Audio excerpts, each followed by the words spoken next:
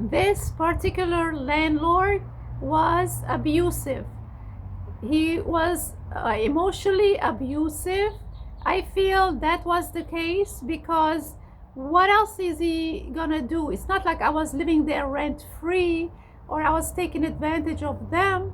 It was the other way around. I mean, was they supposed to beat me up so you know it was abusive? You know, some people they tell me that's not abuse, but it is. It is taking advantage of somebody. It is discrimination. I had this vibe that they didn't like me for, I don't know, for whatever reason, for who I was, who knows, but they had something, you know. There was no respect, even though I paid the rent on time. I mean, what else did they want?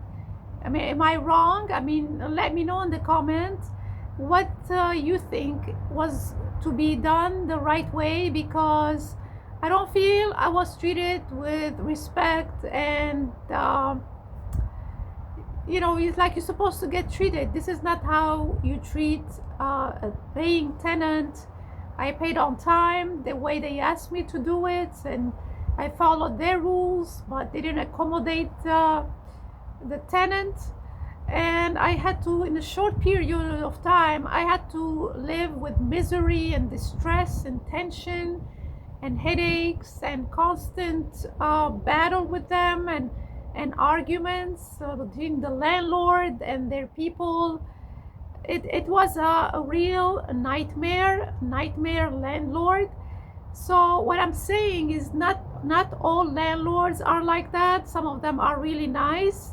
I lived with landlords that were, you know, nice. They provided the basic, but that was the deal. I had a landlord that gave me a room a long time ago, and she had class actually. She worked as a professional, and you know, she told me what the rules are, and I followed the rules. She even gave me the deposit without dispute, without all this calling up the police and all of that. She had class, you know, and I used her for this room that I'm staying now.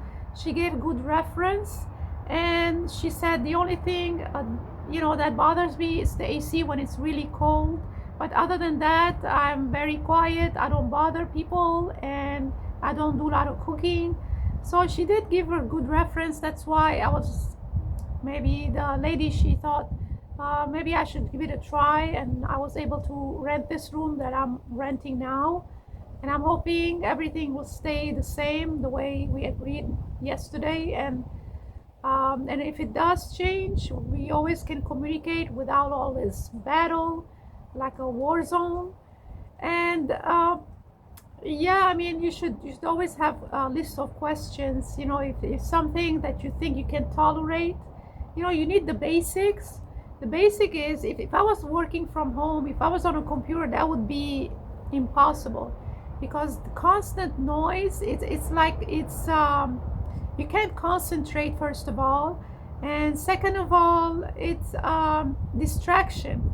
It's like some sort of distraction. Like you keep the TV on all day, and it keeps playing Price is Right, and dinging this and that.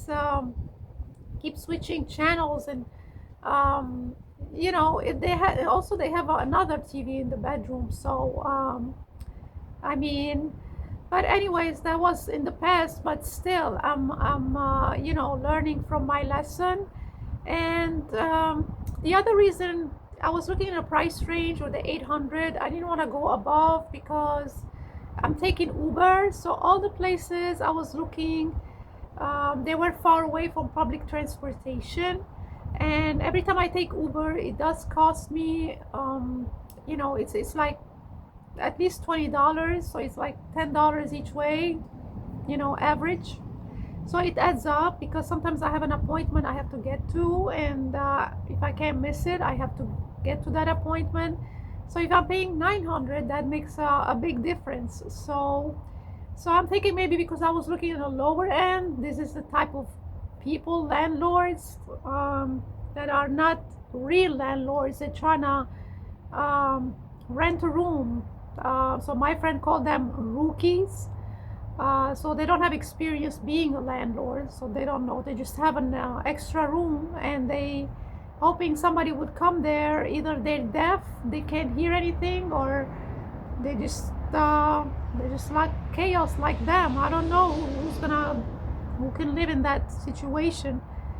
I don't think that's gonna be me. So yeah, so this is the story with that, with the miserable situation that I had to endure with those landlords.